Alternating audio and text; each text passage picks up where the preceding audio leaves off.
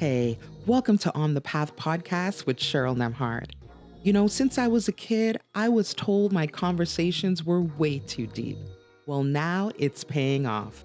Join me and the names you know as we go deep into their personal stories of triumph, tragedy, and the lessons they've learned along the way. Friends, this crazy, overwhelming life we live calls for some serious encouragement and inspiration. So grab a cup of coffee and get your notebook because we're going into the classroom of life. So let's get lifted with faith filled conversations. I'll see you on the path. Watch in Canada on Yes TV and the Yes TV app, or watch on Roku, Apple TV, Amazon Fire, Pioneer Network, Faith TV, and more in the US. Also watch and subscribe on our YouTube channel. Hey guys, welcome to another episode of On the Path. I'm so excited. You get to be with me. As I always say, we are in the classroom of life. We are learning from incredible teachers, from singers, from athletes, from movie stars, from celebrities, but we're learning from their life, their mountaintop experiences, but especially their valley and how God showed up for them. They are teaching us some incredible things, and I have a absolute gem for you. I've been waiting for this interview for some time, and you will recognize this name, if not his voice. I'm so excited for you to get to know Joel Barnes. Let me tell you a little bit about Joel. Joel is a Kentucky native and former member of Maverick City Music, and he's a Grammy award-winning singer, songwriter, come on somebody, and worship leader at the Shepherd's Tent in Georgia. He's now focusing on his solo career, and he recently released his album, The Good Shepherd. You need to download it. It is so, so, so good. And singles like No Greater Love with Limoblaze, I hope I said that right. Alongside his music, Barnes is passionate about teaching others songwriting to help them release their authentic sound. Would you give a huge Canadian welcome to Joel Barnes? Oh my God. Thank you so much. Let's go. Joel, what a privilege and honor it is to have you. I know that your schedule is super busy. I'm so thankful that you stopped by to Privilege is mine. Thank you for having me. Well, listen, Joel, I guess the best place to start is this.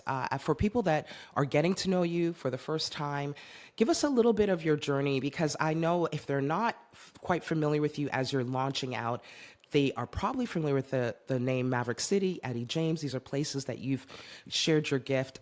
What is the story of Joel? How did you even become this incredible worship leader? Oh man, I'm gonna try not to like be long-winded. I'll try to keep it like short and concise. I think it started with me being in Kentucky, being raised by my mother, constantly singing in church. Right when I graduated high school, I worked at the hospital in registration for about a year. I left that job and started traveling with Eddie James. That was supposed to only be 2 months. It ended up turning into 4 years of just nonstop like worshiping. That's how I got acclimated to ministry as a whole. Like we were leading worship every night at a different space, different city, like probably 320 dates out of a year, just constantly on the go. But before Eddie, I never even heard of like the term worship leader, let alone the art form or the priesthood of worship leading. So I'd never heard of Hillsong, IHOP, Jesus Culture, Bethel, none of those things. Like all of that was unfamiliar territory for me. So then traveling with Eddie, I met friends, and I met a lot of the people that have been a part of my journey and a part of my life. That's how I got connected with Aaron Moses and Dante Bowe, and I got connected with Jesse Klein and some of my like favorite people in the world. But I snuck into Mav. I wasn't supposed to be there. So back then, I'm serious. Mav at the time was invitation only, and Dante had an invitation. So I snuck in with him, and my second day, they put me in a room with 3 other people, Wow. all complete strangers. They put me in the same nest probably us 4 in a room, like like 2 times that day. That second day, we ended up writing a song called Promises. Yep. And then we tweaked that song all from 2019 to January of 2020 when we recorded it. It came out April of 2020, right after pandemic happened and the world is shutting down.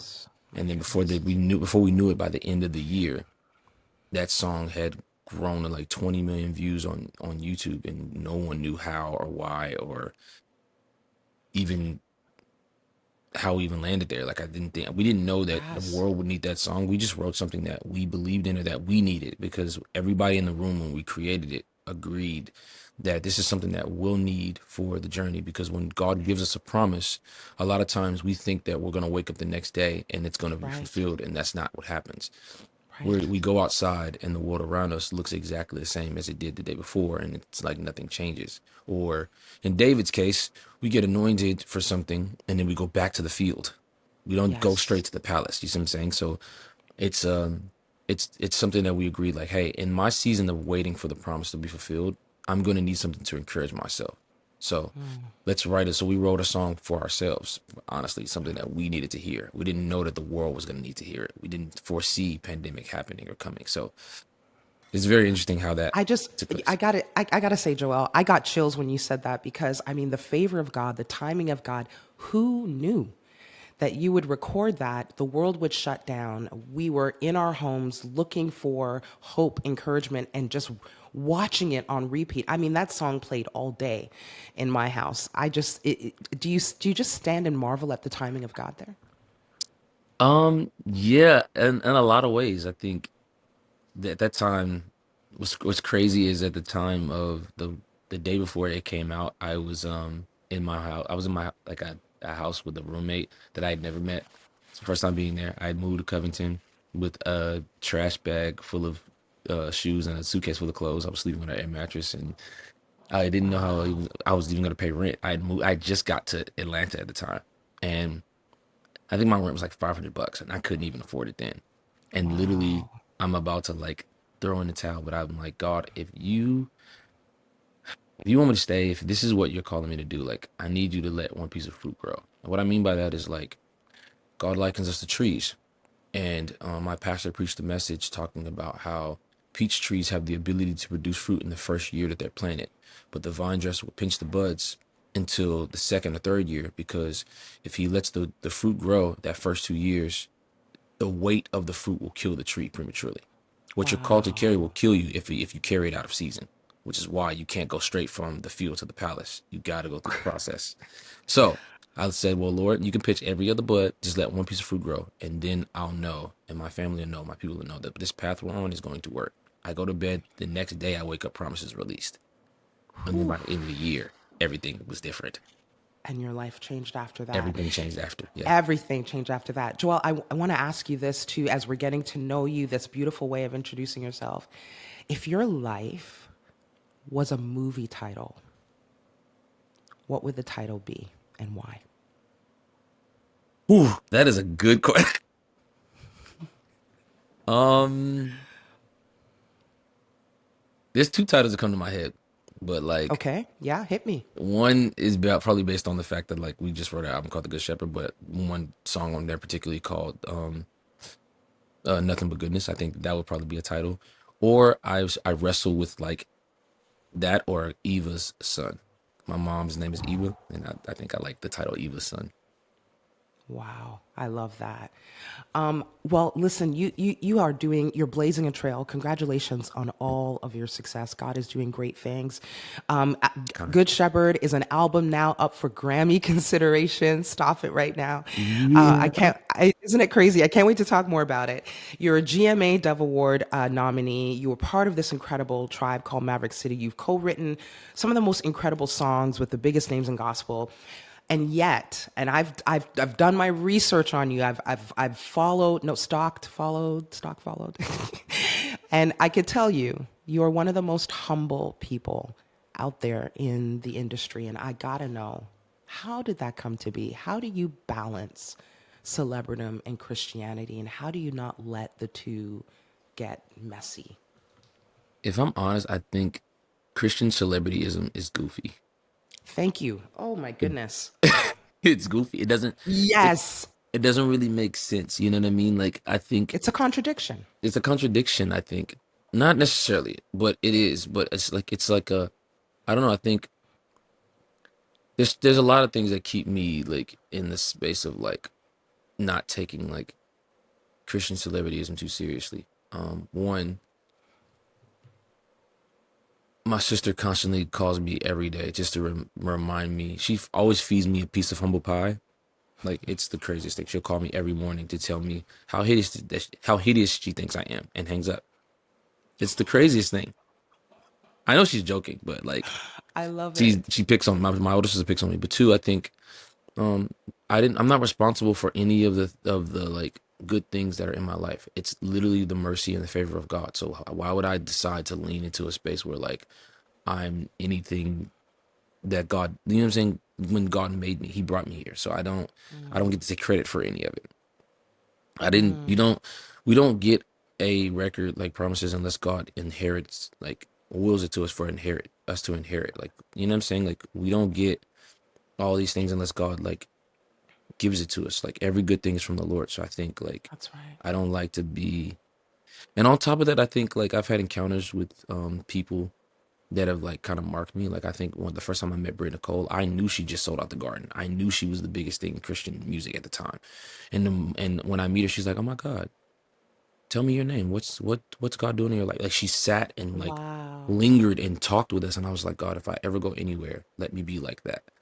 Let Yeah. me be as loud as a lion on a platform when I'm singing about the gospel, but let me be as gentle as a lamb when I step off the platform, because like we're all just sheep in the hands of the good shepherd. We all need leadership. We all need guidance. We all have our things that we need like guidance through. So I don't know. I think just the idea of being a celebrity, a Christian celebrity, doesn't make any sense to me. So I love that, Joel. Here, totally agreed. And I do believe it's because of your posture and because of your humility that God is elevating you the way He is. He knows you can carry it. You're not going to turn on Him. You're not going to switch up. And I love that. I love that about you. I'm thinking about your brand new album, Good Shepherd. Let's celebrate it. Come on. Hey, let's go. Good Shepherd that dropped in the summer. Now literally sitting at like a million something listens on Spotify. It's nuts. I got to ask, there's a lot of buzz around that album. I've got a three-part question here. sure. What was the heart behind the album? Share a little bit of that if you can. And why the name? I'm so curious about that too. And what's your hope? Like, what do you want the album to do? How do you want it to land for the people that are listening? Oh, okay. So it's a three-part question, but two of those things kind of go together. Okay. We got the name because if anyone's ever heard the album, there's a thing called the Good Shepherd Testimony that talks about how I went to a conference, heard a story about a young preacher and an older preacher both quoting this 23rd Psalm. One, the younger preacher being more theatrical and playing into all of the like the art form of preaching, you know what I mean? The 3-point thing, the like the I guess the flair, the like the hoop and the singing down, the churchiest like expression. And I think Right. that's incredible because there's history attached to it, there's roots. Like we lean into it because we as church kids we love church. And then the older preacher like just quoting the song calmly, still, not doing a lot, but there was a difference, a significant difference in the room. You could tell that God had stepped in the room. It was a different encounter. So then afterwards, the young preacher chases him down and asks him, "What did you do? How did you get the room to respond that way?" We quoted the same song. We got two different reactions. The older preacher looks at him and says, "You know the psalm very well. That's a great thing. But I know the shepherd, and that makes the difference." And I think at that point, I Wow. spiraled. I couldn't hear anything else for the rest of the day because I'm where I grew up. I grew up kind of like subconsciously legalistic. It's like don't ask God any questions, don't question his authority, don't undermine it, don't do anything, like do what he says. And if you do what he says, he might hate you less than he did yesterday. And he's angry, Jesus has to calm him down. Like I grew up in this very like Mm, he's a very distant, angry God, and that wasn't true. yes. But I never thought to Lots look of at him as a wrath. shepherd. Correct. So then I heard this story. I start like nose down. I'm like, God, I never thought to think of you as a shepherd. Fast forward, I started getting phone calls, emails, text messages from just friends and peers of mine and people that I love about separations, divorce, depression, anxiety, suicide. People started calling me and like leaning in. And I was like, God, I don't know what to do. Like, I want to show up and be present with them. I want to drive to each of their houses and sit in the middle of the floor with them and weep, or just be present in all the things. And then God was like, you have to remember, all of you are sheep in the hands of the good shepherd. I was like, yes. And then and then like God started bringing things to my memory. I started like reading the 23rd Psalm every day, and I started. My pastor gave me a book called "A Shepherd Looks at Psalm 23" that started to break down like each individual line and the history behind it. That it's not just like beautiful poetry, but there's actual like facts and history behind each of the lines, and started devouring anyway. So that's where we got the title, The Good Shepherd. But I think my hope is like the heart behind it is to basically like remind people that are in dark days, dark seasons, dealing with anxiety, dealing with depression, dealing with like even suicidal thoughts, separation, divorce, all kinds of things. Like they're constantly trying to like find relief for their internal garden, their internal world. My prayer is that God, you will anoint our heads with oil, because the oil will bring peace to the entire internal wounds, and it will heal the external wounds that were self-inflicted, because we were like the sheep in the book talk about, they bang their heads against the rock and against the trees to try to like get the internal struggles out, because they don't have any defense mechanism otherwise. So I'm asking God to like anoint our heads, because sometimes we try to get things out ourselves and it only makes a bigger mess, and sometimes we end up wounding ourselves and traumatizing ourselves in the process. But the shepherd is very gentle and caring. So my heart is that this album will reach songwriters, leaders, pastors, people that are in positions of authority, influence, because a lot of people don't try to minister to us. We're responsible for ministering to people. We're just responsible for feeding and nurturing people. It's very rare that we find a place to be vulnerable and be nurtured, because a lot of times we're praying for people for freedom from anxiety, depression, anxiety, all the things. But a lot of times we might be dealing with it and we don't ever have the same kind of like relief or hands being laid on us. So I think this album was designed to give people a space to like come, let their hair down, sit with the Lord in their living room, in their kitchen, in their dining room, and allow the Good Shepherd to minister to their internal wounds and heal the external wounds that were self-inflicted, that were left behind from them trying to get it out themselves. Like I want to remind pastors, leaders, worship leaders, the people that the doorkeepers, the administrative teams, like the HR, like whoever's in these positions of always depositing people, like, hey, you get to come and lay your head down. You get to come and have your soul refreshed. You get to come and dip your soul in the waters of presence and allow God to minister to you, because you're so responsible for being a shepherd that you forget that you're also still a sheep in the hands of a good shepherd. So that's the heart behind the record. Anyway, sorry. So good. No, no, no. Don't apologize. I'm like more.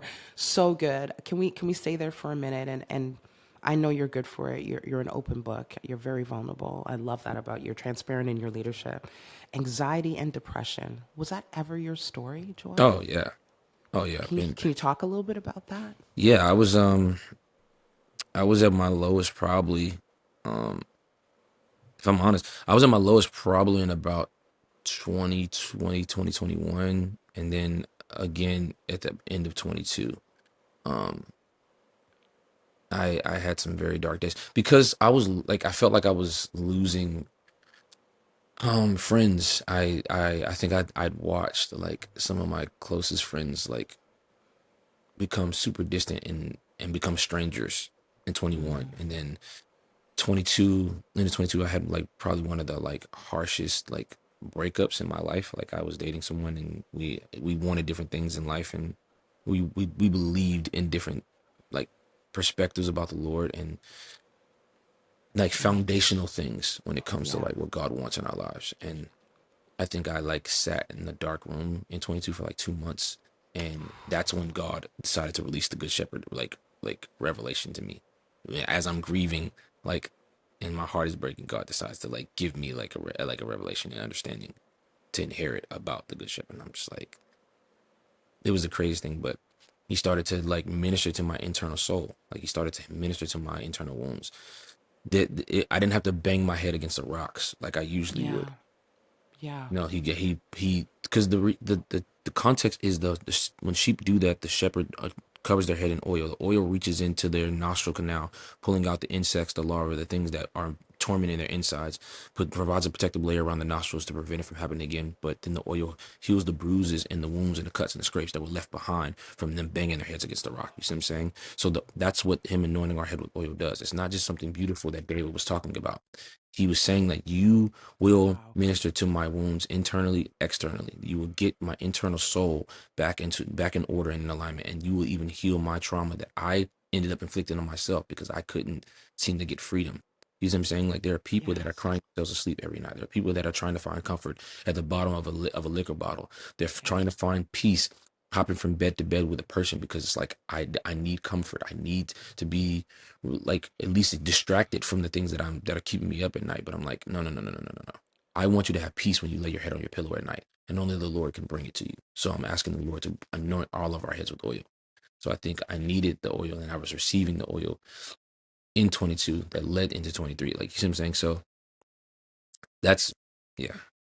That's amazing. Thank you for sharing that and being so open. And I wonder, as we kind of move out of this moment, we really probably should do ministry first. For someone who is listening, watching, streaming, however they've sort of landed here, they're dealing with anxiety, they're dealing with depression, they're maybe at the end of their rope. What would you say to them, Joel? I would say that you're probably in Psalm 22 right now. It feels dark, it feels cold, it feels like it's helpless, but just know that the next chapter is coming. 23 is coming, which means there isn't a road that the Father and the Lord won't travel to meet with you.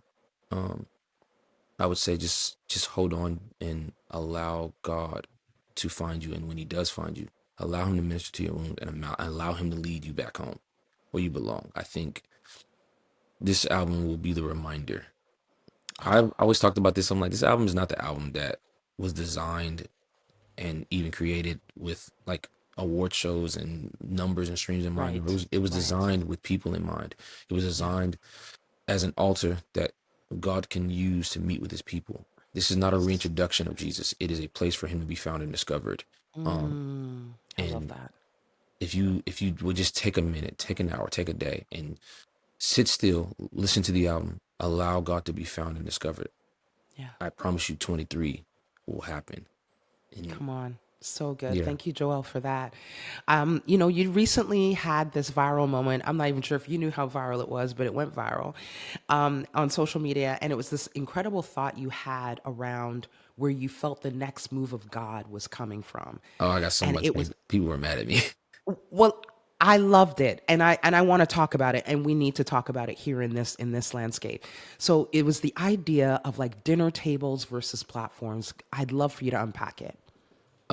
Yeah, I just think that God is bringing us back to like how I think Jesus is bringing us back to how He moved. If you look at like the Gospels, like while I think He was innocent in Gospels, because here, let me clarify. I'm not trying to rid the idea of gathering in churches. I just Exactly. think Of that course not. like Jesus was gathering in churches, yes, but the Pharisees and the Sadducees didn't want Him there. They did not like what He had to say. His word went further and had more impact at the dinner tables when He was sitting with publicans and sinners. At the dinner tables when He was gathering in the homes. He was going to Zacchaeus' house. Whenever like He was going, like, you know what I'm saying? Like God wants to be in the house. You know what I mean? What I think was so as dark as 2020 was, what was so impactful was that God was welcomed back into the household. I think what made Mm, Mav so impactful then is that we were able to turn people's living rooms into their sanctuaries. People were turning on their YouTube and God was meeting them in their living room and in their kitchens and in their cars and in their showers. Like God was ministering to them in their bedrooms. He was invited into the household. And I think that I personally feel like in my experience over the last, I would say 4 years since 2020, I have felt God's presence stronger at dinner tables and on couches talking about Him with His people than I have and sitting in like the third row of churches recently. It's like I feel like there's a time for us to gather together in the house and like the synagogues. That's incredible. But I think that where God wants to be at is in the house on the couches because that's a lot of times where He's rarely ever welcomed. You know what I'm saying? Like He wants to yes. be welcomed into the household. So that's why I said the next move of God is going to be at dinner tables. It's going to be at houses. Because the reality is, the other side of the coin is most of the people that um are in mainstream music and mainstream media, they never felt welcome in the four walls of the church. They feel welcome at dinner tables. Invite them to dinner. Invite them over to sit on the couch and give them a safe place to be. Because in the church, they're going to be asked for church flicks. They're going to be asked for pictures, all the things. But in a household, they can literally let their hair down and be vulnerable. And God can get to their heart without all of the hassle, all of the fighting, all of the warfare. You know what I'm saying? Like he can actually just, you know what I'm saying? Because your life might be the Bible that they get a chance to read. They might not pick up a physical copy, but if they see you live your life in the Lord, your life will be a testament, and it will be the Bible that they read that will lead them to the kingdom. You see what I'm saying? Like your lifestyle will lead them to the shepherd. Hold on, sorry. I'm just going to call the choir to come at this time as we close out. Put us in E flat real quick, since we Yes, sing nearer, sir. nearer, my God. You preaching hard right now. You Listen, are. Oh my goodness. How did? Why my would you mother. think you? Why did you think you got flack for that? What was that about? Oh, the people were just like, he was always in churches, because what I said was like, he was rarely in churches, which is not that he was rarely in churches. What I meant to say, he was rarely ever accepted in churches. He was rarely Yes. accepted in the churches. He was in the Yes. synagogues. He was rarely Yes. accepted there. Where he was Yes. accepted was at their dinner tables. The Pharisees are like, why are you sitting with publicans and sinners? Those that are sick need a physician. Yeah. I agree with that. I feel like the the space that we need to create is relational. Mm-hmm. This is how people will meet Jesus, Mm-hmm. and I think that there must be a reason. We have to ask why there's so much deconstruction and people leaving en masse and stuff. And how do we find a way to reach these people who maybe don't want to step foot back into church? And it is at the dinner tables. It is in relationship. It is in community. I think you're 100% on, Joel. Yeah. Yeah. Amen. I'm so glad. And I'm sorry that you got flack for that. My goodness. I'm not. I listen. I'm okay with ruffling feathers and offending the religious spirit. Amen. Yeah, me too. Me too. Well, listen, as we kind of wind down here, I've got to ask you this. I'd love to ask you about you've got a track that I love, Hide and Seek and Wind of Love. Both of those are powerful. What were the inspirations behind writing those two songs? Hide and Seek was written by me and a friend named David. We wrote it in 21 actually. It's kind of like a reminder to remain like childlike, or to be brought back to the childlike wonder when it comes to the Lord, because I think a lot of us have been so grown up. What's crazy is that we wrote in 21, and then God decided to like wreck my heart in it in 23 when we were about to record it, or when we did record it. Like I went back to my childhood home. In my childhood home, there's a lighthouse in the backyard I used to play in as a kid.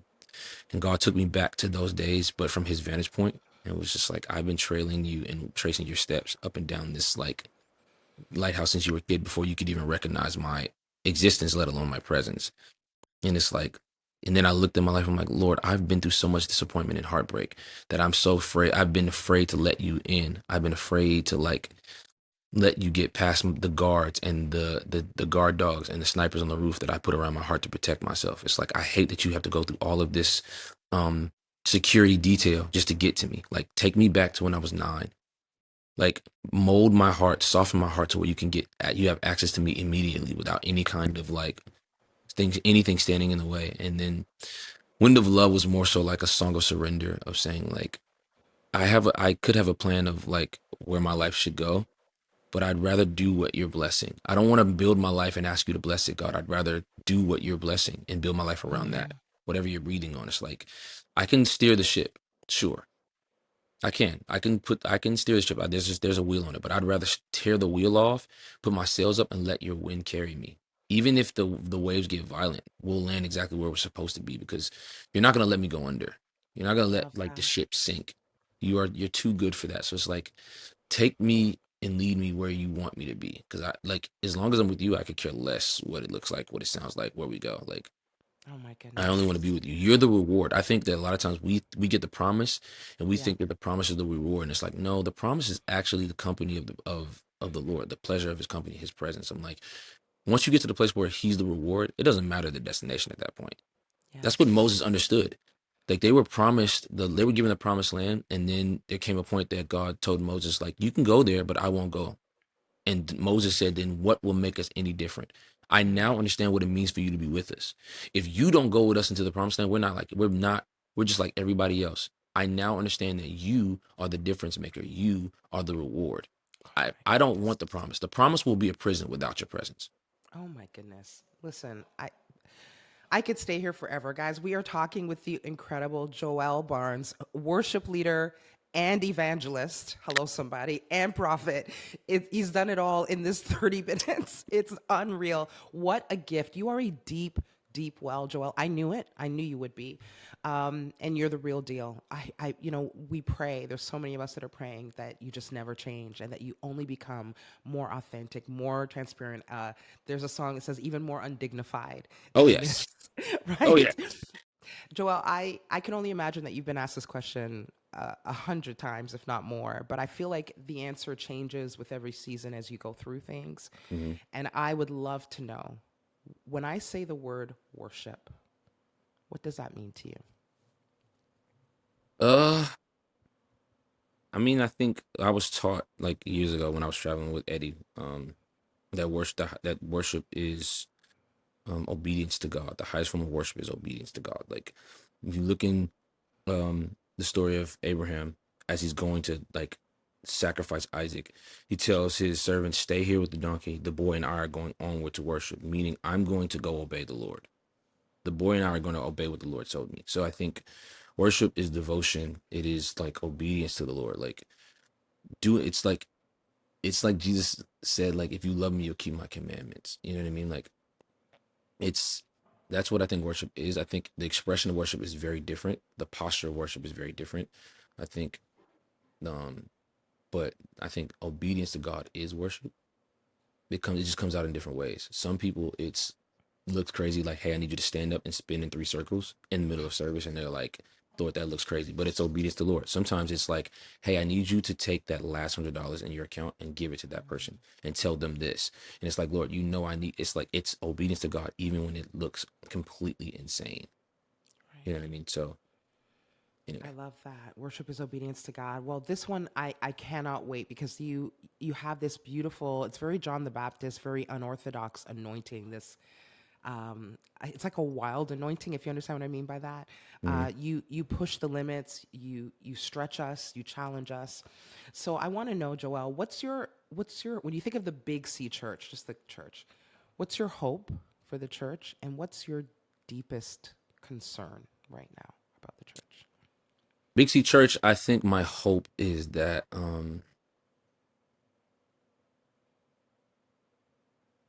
well, I think I know that like God is always going to care and take care of the Big C Church. I think my hope is that we're okay if God decides to change the wineskin. I Hmm. think we have a vantage point of the Lord that is incredible in some ways and then kind of boxes him in other ways. So I think the wineskin needs an adjustment or needs a realignment. I think so that we can inherit new wine. Otherwise, God will never put new wine into the old wineskin because he loves the old wineskin. You know what I mean? Like he won't get new wine because otherwise it would destroy the wineskin. He Hmm. doesn't want to break us. So I think that the the Big C Church, my hope is that we open our hands, open our hearts, and inherit a new revelation, a new understanding, and a new That's wineskin. good. I think my biggest concern though Hmm. is that we are so um devoted to the way things have been done or to the way things are supposed to look that Yep. we've become modern day Pharisees. I think I don't want us to become Yep. modern day Pharisaic. I don't want us to like reject. I hate that people like I listen to like mainstream music. There's a rapper named Joyner Lucas that said, I don't go to church because I'm afraid of being judged. It's like we have a way of doing things and it's supposed to look like this, that we would miss what the new thing that God is doing. The Pharisees didn't recognize Jesus when he stepped on the planet because he didn't look anything like what they thought, but he knew the scripture forwards, Yeah. backwards, sideways. He knew the Torah. You know what I Yes. mean? Like he was like wowing the at one point the Pharisees and the Sadducees are in awe of him at 12 years old. I don't know what happened between 12 and 30 that they're like, yeah, no, but keep him out of our space because things are injured. Like, I Mm. don't want us to be so gripped and by the things we or how we think it's supposed to be that we miss Mm-hmm. what God is actually doing. You know what I mean? I don't want Yeah. us to keep building things, asking God to bless it. I want us to step Yes. into a space where we do what God is blessing and breathing on. Yes. Like, let revival start in our hearts and in our houses. and then break out into the streets, not necessarily just always in the four walls of a church building. Oh, I love that. Anyway, I love that. That reminds me of something I don't usually, this is always just a time for you to share, but I just want to throw this in. I was sharing my concern with the Big C Church recently, and it was that in this desperate pursuit to be relevant and like yes, modern and fresh, we're losing our reverence. yes, So there's the holiness, the awe, the wonder, the living upright, like all of those things are just like in this sort of like push to be like, hey, you know, Jesus is my homeboy kind of vibes. yes. I agree with you so strongly about in the order to be relevant, we've lost our reverence because the reality is, my pastor says this: the culture, the masses are always wrong. Ooh, The masses are always wrong. The masses tried to make Jesus king, and he didn't come to do that. hmm, But also, the masses just kind of go with what's more prominent. They go with what they feel like is stronger. The Pharisees convinced the masses to crucify him. right. The masses are usually wrong, and I think I agree with you a lot of times. I think my other concern is that like we're so wrapped up in like the way things have been done that we don't recognize him. Um, Mm, like yeah. I've been in gatherings that were massive, and we're singing worship, and the song fills the arena. But then I look around, I'm like, God, are you even in the room? Wow. Do you recognize yourself in the lyrics, Oh my or is it goodness. just an Wow. imitation? And you're like, that's supposed Wow. to be me? No, I don't see myself in that at all. Wow. May my songs be a mirror that when he looks at it, he sees himself. May my Wow. life be a Amen. mirror that when you look into my life, you Amen. see yourself. You see what I'm saying? So that's my Goodness. thoughts. Anyway, Oh, Joelle, thank you so much. And I'm just gonna just say, Canada's decided to kidnap Joelle. If you don't see him, America, he's with us. I Um, listen. I love Toronto, so I accept. oh, yay! That's where I'm from. So yeah, that's fine. We've got lots of food, nourishment, I church. love Toronto. I don't know about the Uh, winters. yeah, That's the where we're gonna have. I'm gonna have to li- vacation in the winter, but the winters in Canada it will increase your faith listen. and your prayer life Yes, at once. yes, yes. Goodness. Listen, I got one and a half more questions for you. This has Hit been me. such a joy, Joelle. You are just so amazing. One of the best interviews I've had in 5 seasons of doing this television show. I'm just so thankful for you. Thank you. Um, I always say that the storms that we experience, it's not in the mountaintop, in the shiny spotlight moments. It's in the valley, in the tough stuff that we grow, that our faith is tested, that our character is shaped. It's in the valley. It's in the storms. And I always say that storms are our greatest teachers. They teach us about who God is because we could sing about it, talk about it. He's a provider, but you don't know until those cupboards are empty, and you really need God to provide. It also teaches us about ourselves, things we didn't know, that we're stronger than we thought we were, that maybe we had a negative mindset about ourselves. And it Hmm. also teaches us about who is really for us and Hmm. against us. I always say if you want to know who your friends are, go through a storm Hmm. and just watch that thick crowd just start to thin out, right? Hmm. So I want to know, Joel, in your storms, what of the rock bottom moments of your life taught you about God, taught you about Joel, and taught you about the community around you? Okay. I think that storms not only like I think that we were always taught like storms build character, like lows build character, but I think more so they reveal what's already there. I think Nice. they reveal where your foundation is. They reveal where your anchor is. So for me, years ago, like 2011, I lost my brother to suicide. And the marking point of that was watching my mother weep and then saying, okay, I'm going to believe God for resurrection. It revealed where her anchor was. You're watching Wow. your son be like your son's lifeless body, and you're about to watch them carry him off to the morgue and do the process. And all the way up until the point that we put him in the ground, she's like, I'm believing God for resurrection. If I Wow. read it, I believe it. And it's like, oh, I need to learn who Jesus is because it revealed that I didn't know him yet. I knew of him. I did not know him. Wow. And I was like, I'm gonna spend time to get to know this man, Jesus, because if you can keep this woman through this, Wow. you can keep me through anything. Because Yeah. it's I've seen in so many instances where people have encountered hard things, got the worst text message, the worst phone call, the worst email, whatever, and Right. they're like, Right. God, I will never forgive you, and they blame him. Mm, She decided to cling mm-mm. to him and believe him. Come It's on. I feel the Lord. Come It's a on. different thing, Come on. Come and I'm on. like, okay. Come on. And then I watched my yard fill up with 50, 60, 70 cars of people that just flooded my house just to get to my mother. I'm like, oh, these Wow. people believe him and they believe her. Wow. So I think like it's a different thing. Storms really reveal where your foundation Mm, actually is. It's easy to say like Christ is my firm foundation and so the rock good. on which I stand. You see what I'm saying? It's singing about it is one thing, Mm, but being in the storm and then being faced with doubt and still saying in the face of my doubts, I will believe God. Whole mm, different thing. You know what I'm saying? I remember mm. when we did our church basement and I'm watching Chandler weep um at the recording because the day before his apartment building caught on fire, starting with the apartment next to him and his apartment fully on fire. Everything gone. And he's weeping. He's like, God, that could have been me. I was supposed to be at home, but you delayed my flight or whatever. Due to happens that you decided to remove me, and then I get the text and the alerts that everything's gone, and I get the video that my house on fire. Is like I everything else can be replaced, but the fact is, I would choose in this moment to be thankful for your goodness that Mm, provided me a way of escape. You see what I'm saying? So mm. I think those are the moments that I look back on. I'm like, yeah, storms really Mm. reveal where we're at. What's on the inside? That's Yeah. so good. That's so, so good. Well, Joelle, as we're kind of winding down, I know you're working on some new things. You've got some new projects. Tell us a little bit, tease us a little bit of what's coming up next for you.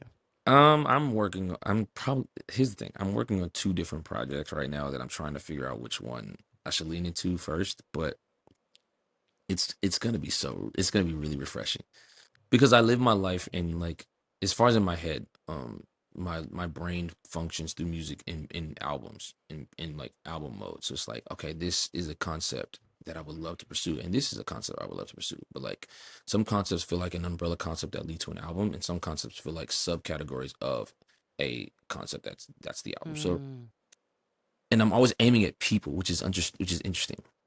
I'm never aiming at awards. I'm never aiming at charts. I I'm never see that. aiming at Yeah. numbers. I'm always aiming at people. I'm always aiming at like who needs to hear something that would encourage them to take the leap of faith. Who needs to hear something that would encourage them to trust in God? Who needs to hear something that would encourage them to like pursue the thing that they believe God is burning in their heart, but they're too afraid to. Like, how do I give them something to hold on to like to give them the courage? You know what I mean? How do I put a cape around their neck so that they believe that they can fly?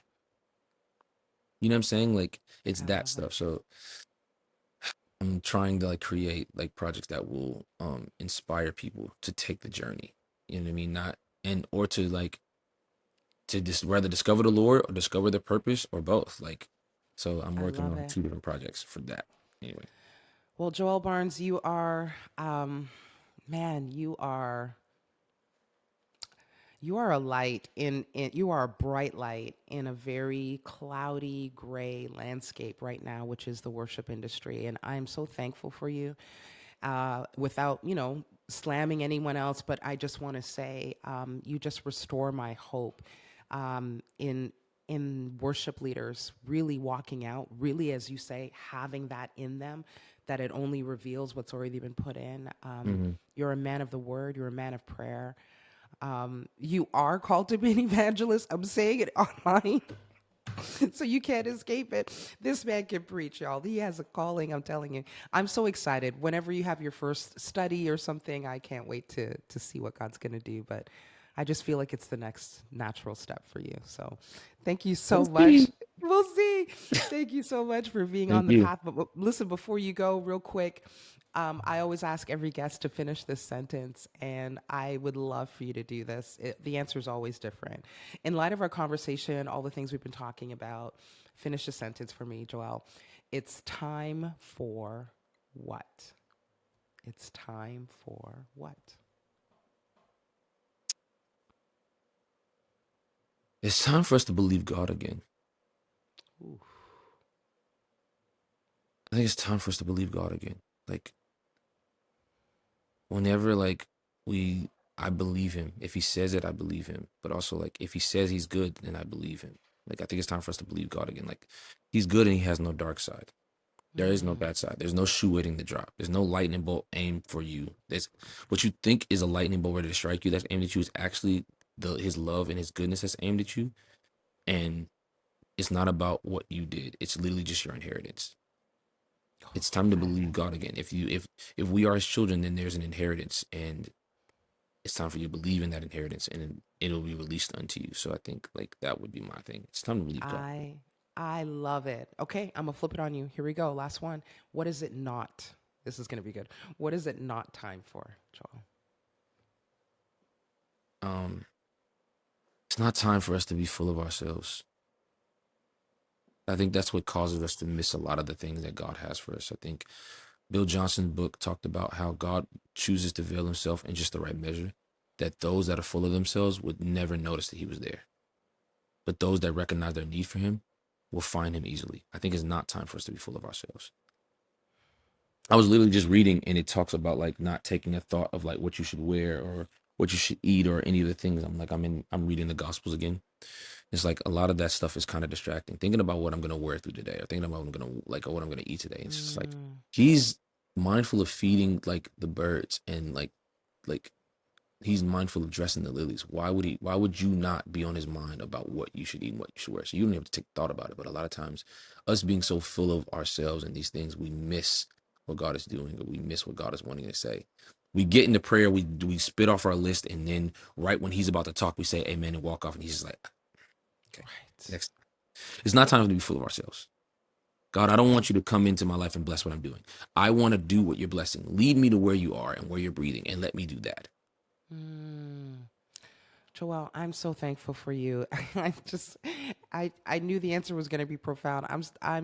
I'm speechless. I have no words. You have to come back at some point. You let me know when. Yes, I did threaten you on on camera.